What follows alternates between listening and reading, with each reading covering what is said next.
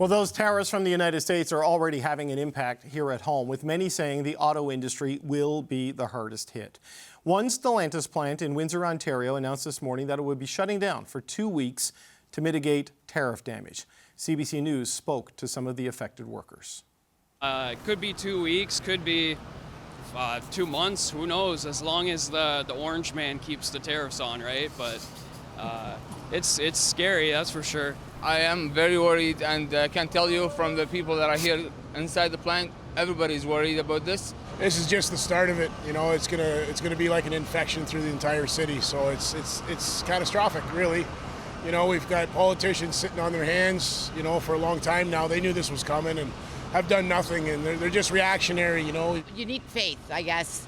Well, I'm hoping that our government's going to step in. I'm hoping that somebody's going to take care of us, our Stellantis people. Okay, let's bring in some familiar faces to the show and some key players on this issue. Lana Payne is the Unifor National President. Flavio Volpe is the President of the Automotive Parts Manufacturers Association. And here with me in studio, Brian Kingston, President and CEO of the Canadian Motor Vehicle Manufacturers Association. It's good to see you all. Thank you for being here. Lana Payne, I'd like to start with you if I could. We just heard from some of your members who are facing deep uncertainty. As of 5 o'clock Eastern, how many of your members are facing job losses, and how much worse could it get? Oh, David, the Windsor Assembly Plant employs several thousand people. They're all going to be on downtime over the coming weeks. And we have several thousand in the supply chain in the auto parts industry that support that plant. This is devastating, but at the same time, I think we can all say that we knew we were headed for this. All three of us that you have here today have been saying that this industry would not be able to survive the kind of disruption that we're seeing with these tariffs, and that it would have drastic impacts. And I expect this is not the last announcement we're going to see in the coming days and weeks. Flavio Volpe, you had suggested at one point in one of our many conversations about this trade war that the whole North American auto sector could shut down within a week if things got too bad. What's your diagnosis of where things stand as of right now? Well, this isn't the only plant that we saw shut down today. We saw Stellantis Toluca plant shut down today. You know, this is a world-class automaker in a world-class plant with a highly productive workforce, with 2 new products in a retooled plant in the first term of their product launch. Closing for 2 weeks in April is not normal. A few people may tell you that. The same thing with their plant in Toluca. Lana touched on it. There's 7,000 to 10,000 people that work for part suppliers on both sides of the Detroit River that will have tools down over the next 2 weeks at least here. And not because the people at Stellantis don't want to make cars. It's because there's a tariff that is 4 times the size of their profit margin and the profit margin of their suppliers. And Stellantis doesn't make cars differently than everybody else. Everybody is facing the same real tough questions of how long do we go with this before we get a remedy to this? And none of us, I think, on this panel here want to see anybody shut down. But we're also not naive. We're at least trained in basic math. We know that if something costs more than you could sell it for, you're not going to do it for a long time.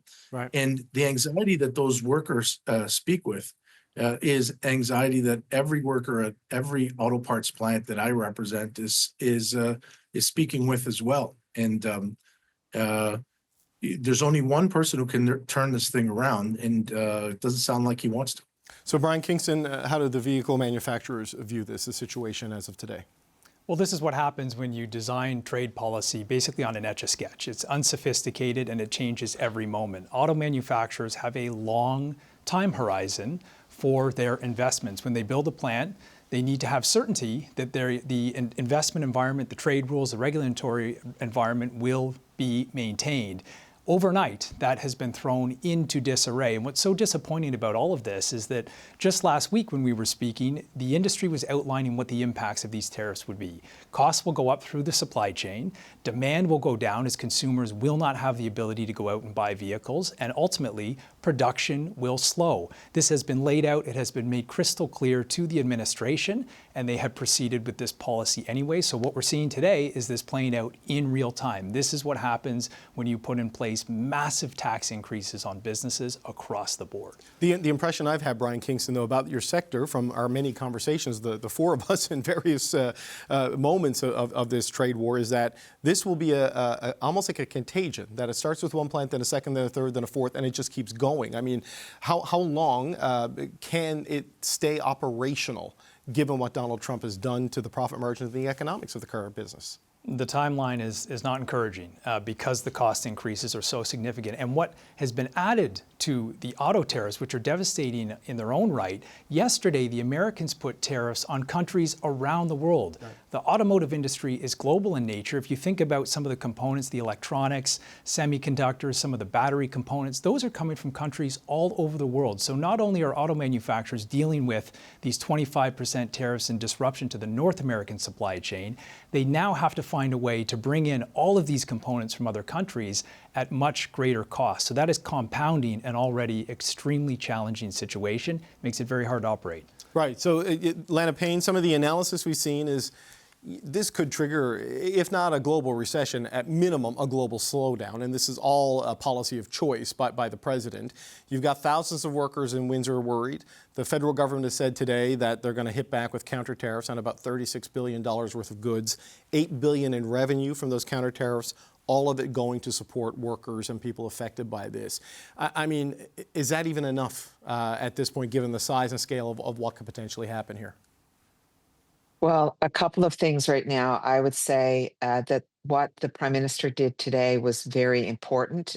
Canada cannot roll over here. We have to send the kind of message that we have, and we have to be strong for the rest of the world, because the rest of the world's going to have to respond. The reality is that, you know, this $8 billion or whatever it ends up being can go to support auto workers. It can also go to support investment in auto facilities and the supply chain. I'd love to see that. But the other thing is the message that the Prime Minister sent is that you are free from these tariffs if you keep your production in Canada. And that also is incredibly important, because that is how we protect these facilities and this footprint as we make our way through this trade war. And that was a critical piece of what the Prime Minister did today. But so, Flavio Volpe, I saw you react to that in a positive way. But, you know, some of the pushback we've heard is that the Canadian market just isn't large enough to sustain an auto sector of its current scale. I mean, what can you realistically do with that sort of tariff relief for Canadian manufacturers that the Prime Minister highlighted today? What does that mean in terms of keeping jobs and plants going? We can't keep up long term. But Lana's absolutely right. And the reason I said yes, Lana and I sat in a meeting where I heard Lana make that suggestion to the Prime Minister. So Lana's saying this is a very good move. But I also want to point out that that means the Prime Minister and his team are listening. And we need to fight back. Hard to argue with the math that they can outpace us, but they've picked on the entire world. And for us, I think what we've always said is, look, when a bully is stepping on your neck, what do? Do you say thank you, or do you bite the ankle? At some point here, you have to fight back. I thought what we did today was measured. We said, okay, we're going to put tariffs on American cars being imported into Canada, and we'll zero out Canadian parts content that are in USMCA compliant vehicles, and we will return any tariffs that we collect here to companies that commit to making cars here, including the one that had to shut down in Windsor, but the ones that are in all the other towns here up and down the 401 corridor that are nervous, and the suppliers are nervous, and their workers are nervous. We need to fight back, because the alternative is you've lost. Right. So Brian Kingston, we've seen the offer of tariff relief, the offer of support for people using the revenue collected from tariffs. We've also seen the New Democrats and the Conservatives pitch a GST holiday on the purchases of Canadian-made cars. I mean, that's not going to offset everything. How valuable is something like that? How many cars could that maybe affect in a given year? Of course, it's not going to offset the fact that majority of our production goes into the United States. That's the foundation of the industry. That said, it is encouraging to see other parties out there putting forward proposals like this, trying to find a way to keep production levels increasing or at least maintained in Canada. So I was happy to see the GST relief for Canadian vehicles. If you look at the market in Canada last year, about 10% of total vehicles registered were built in Canada. So, 1 in 10, it's not bad. It definitely will help. But just, I think the big important announcement today really was, and Lana outlined this remissions program that the Prime Minister has discussed is going to be critically important because the manufacturers are under fire.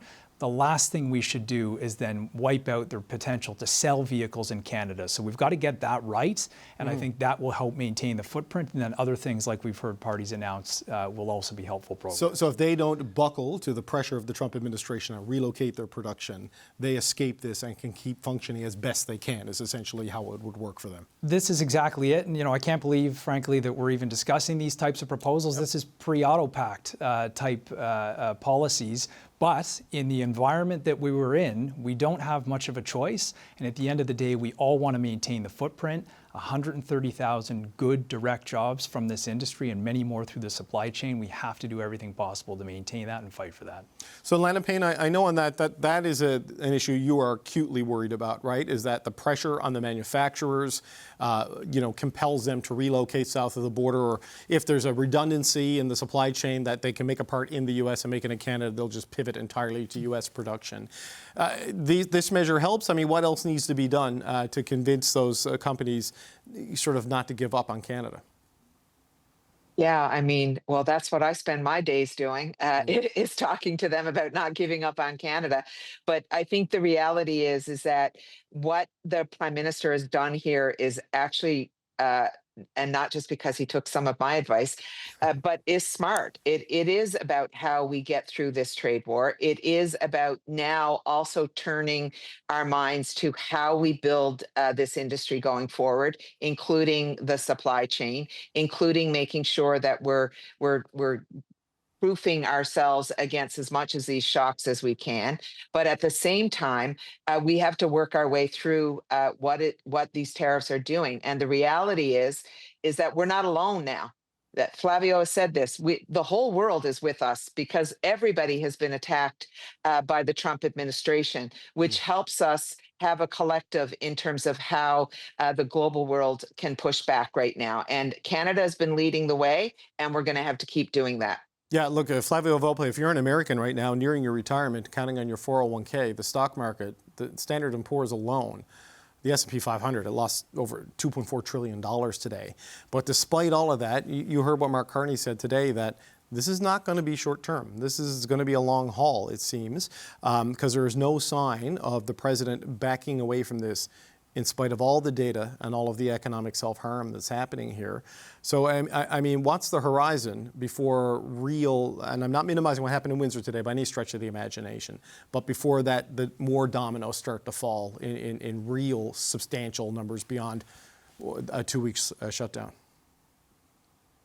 Look, S&P Global and Cox Automotive, Wedbush Advisory, there's a whole bunch of organizations that have an incredible infrastructure, thousands of people crunching numbers. They all say 1 or 2 weeks.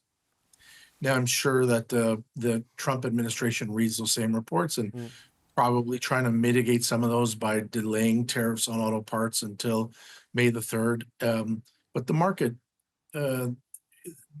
is a really good test of whether he truly has all the best people, or whether he went through them in the first term that he was in office.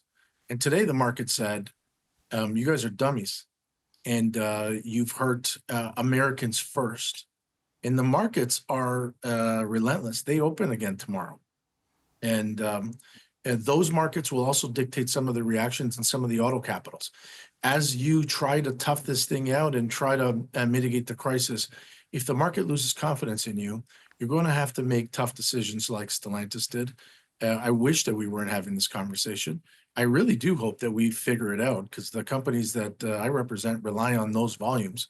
But every time you book a day of production, with a 25% tax on that production, and you've made 6%, you're booking a 18% loss, and that's dumb too. So Brian Kingston, on that, I mean, the data, the markets, the jobs, I mean, 1,000+ Americans have lost their jobs too as a result of this. But, you know, Donald Trump remains a 78-year-old man who cannot seek re-election. So there's a concern that he has kind of nothing to lose politically. I mean, where do you see the pain point being with the United States that can move him off this? It's the economy. It's all about the economy. And look, they may try and sustain this policy for a few days, but I continue to believe that the U.S. is now potentially going to go into recession. We're going to see vehicle prices going up between $4,700 and $10,000 US. You will see unemployment. You will see production stoppages. I don't believe that the American consumer and the American voter has signed up for that. And it may take some time to realize how bad this damage will be, but when you go to buy a new car in the United States and you either can't find one or you're being asked to spend $10,000 more, I think we're going to see a pushback. It will be the markets, it will be the economy that disciplines this type of policy. So Lana Payne, last word to you on what the Prime Minister said today, that this won't be short. It's going to require sacrifices and it's going to hurt. I mean, how bad a scenario are you bracing for right now, given the way the President and his people seem to have dug in? I can't articulate it, David, because that's the stuff that keeps me awake at night. We've had an auto industry in this country for over 100 years, and we have to fight to keep it here for 100 more. There is a lot at stake, and we are at risk of losing it. That is why the actions that the Prime Minister took today were so incredibly important. And we have to remember that we have tariffs coming down the pipe on a whole bunch of other parts of our economy where we also represent workers. So we're going to have a hell of a fight on our hands, but now Canada is in a position to do it. Okay. Look, I want to thank you all for being so available with information and with your time throughout the course of this. Lana Payne, Flavio Volpe, and Brian Kingston. Minister, thank you for being available in the middle of the campaign and on a busy day. Thanks for taking the time, sir. It's a pleasure to be with you, David. We have thousands of people losing their jobs in Windsor, Ontario, and the knock-on effect of that will be much larger, and this is probably not the first plant that will close, at least temporarily, as this goes on. I mean, what should Canadians brace for in terms of the fallout of what Donald Trump has done here? Well, what we've seen yesterday, and you heard that from the panel, I think it's a complete shift in the international economic order, something of a magnitude we've never seen before, affecting 185 countries. And obviously, those are going to pay most are American workers, American consumer. But you see effect in Canada, like you said. My thoughts, obviously, are with the Stellantis worker. My message to them, we're going to fight for you. We're going to fight for you. We're going to protect you. And we're going to build this country. We're going to have a Made in Canada auto sector. We're going to increase the investment in the supply chain. I can tell you, David, what we've seen yesterday is probably unprecedented, at least in modern history, in terms of the size, scope, and impact it's having around the world. And I spoke to some of my G7 colleagues around the world. I think it's even difficult for now for people to even understand the impact it's going to have midterm, short-term, and long-term. One thing we know is that the markets have reacted, and you've seen trillions have been wiped out. You've seen a lot of concerns from American businesses, union leaders. But I think the message that I would say to Canadians, yes, we'll have there'll be a period of turbulence, but I'm very confident in the fundamentals of Canada. We're going to come stronger, more united, and more ambitious as a nation. We're going to fight these tariffs, and honestly, we're going to invest in this country. This is our moment for us to really, invest in ourselves, build the infrastructure we need in this country, and come out of this more resilient. Turbulence, Minister, does that even begin to capture it, I wonder? I mean, if you look at some of the analysis of what's happening with the stock markets, the biggest sell-off since COVID, since the pandemic, and you do have because of the sort of the scattershot approach to these tariffs and the global reach of them hitting basically every country except Russia for some inexplicable reason.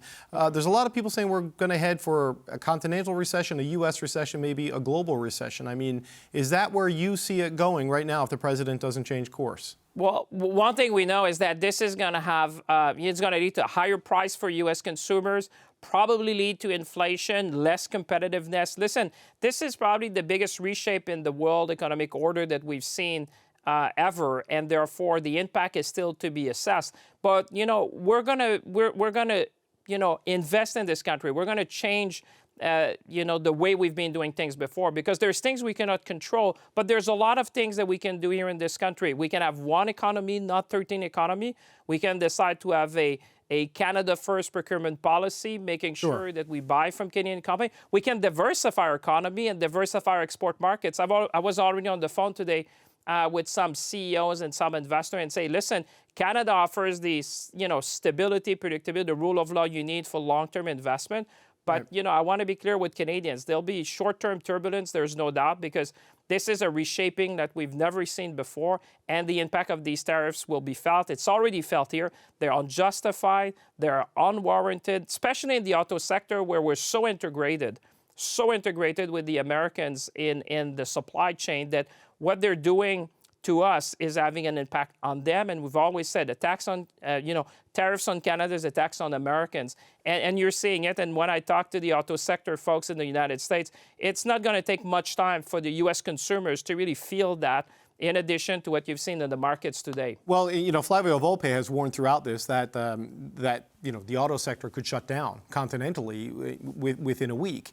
And when you look at what the president has stated his goals are, it is to pull a lot of the car manufacturing inside, I would presume, the lower 48 states of the United States. I know you say you want to protect them and diversify the economy, but the U.S. is the richest economy in the history of the planet, so it can't really be replaced. I mean, how worried are you about your ability to keep the parts manufacturers and the car manufacturers in Canada?